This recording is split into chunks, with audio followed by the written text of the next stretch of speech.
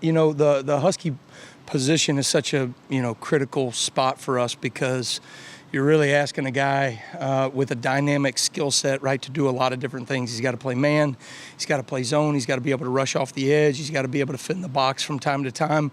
And so there's a lot of things at play there, but I've been really pleased, with a number of those guys so far. I think Devontae Smith has done a really good job. Red Morgan has really impressed me. I think Red, it's always fun to watch freshmen from where they were in the spring to, where they're headed and that jump that they make in through the summertime.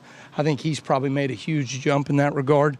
And then I've been pleased with some of the things I've seen from Kane Wommack as well, coming from another institution, learning all the things that he needed to learn. He's really taken that extra step in the summertime here to be able to do that so that he can go execute at at the level that we need him to. When you have a lot of new guys in the secondary, do you try to cross-train them at Husky or just have them focus on one position? No, it's a good question. I mean, you nowadays you really see this in the NFL, right? I mean, heck, Brian Branch is a great example of that. I mean, people are really trying to get a nickel, right, a Husky nickel type player, down in and down out, and you almost have to recruit or draft to that position specifically. But I think, same way in the NFL, probably even more so than us, right? You always have to have the next best guy out of that room, right, that can step in anywhere. So if it's at the Husky position, if it's at the rover, safety, field, or boundary, whatever it may be, you've got to have crossover work out of that whole safety room.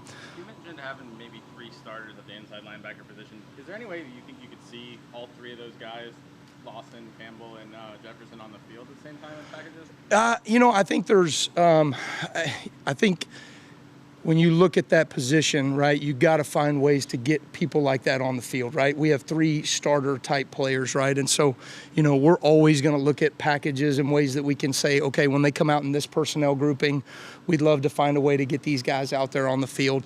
We are a 5 defensive back defense, right? And so for us, right, that's not going to change. That's who we are. That's what we're going to do.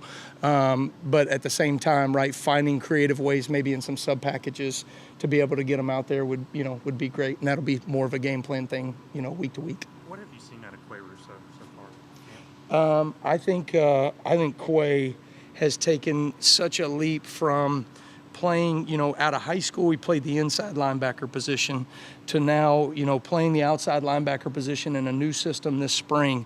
I think he's made a huge jump in just the confidence level that he's playing with right now. And so when you look at him, I just think he's starting to produce and make a lot more plays because he has confidence in what he's doing.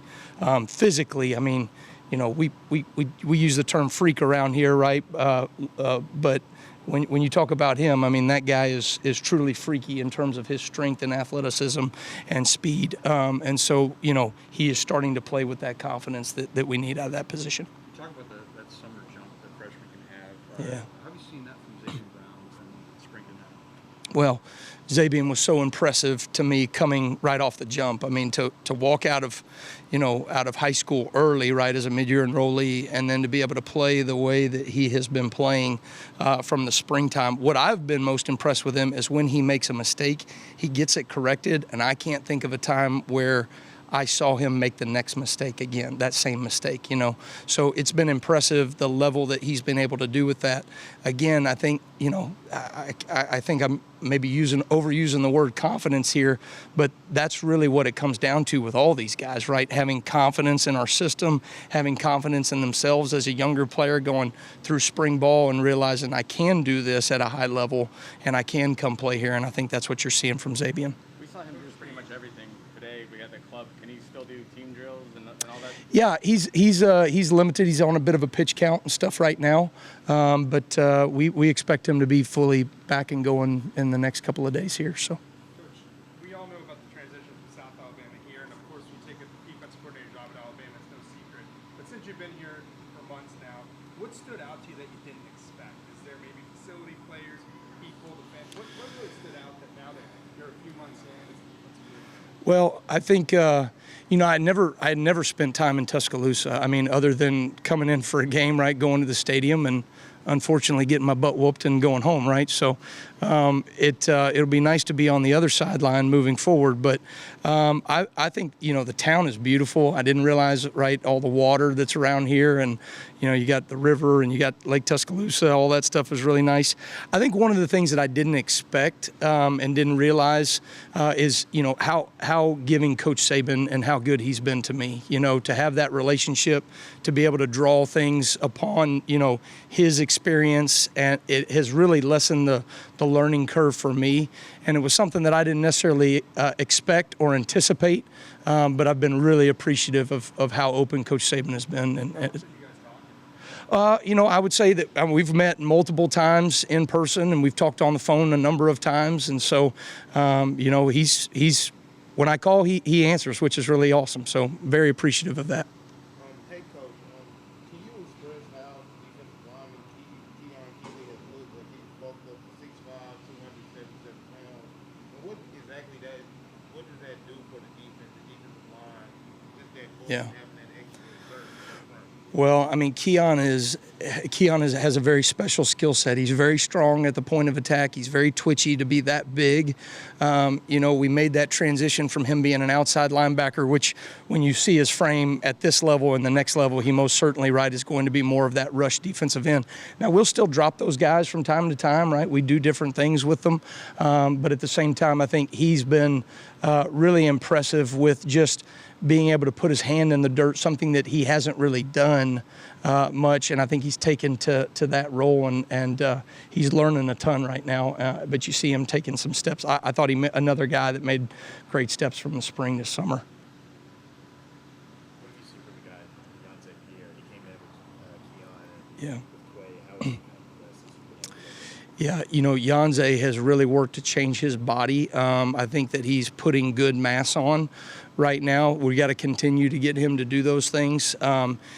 Athletically, he's very fluid, very smooth out of his hips. I think, he can transition and pass rush really well. He can turn the corner really well.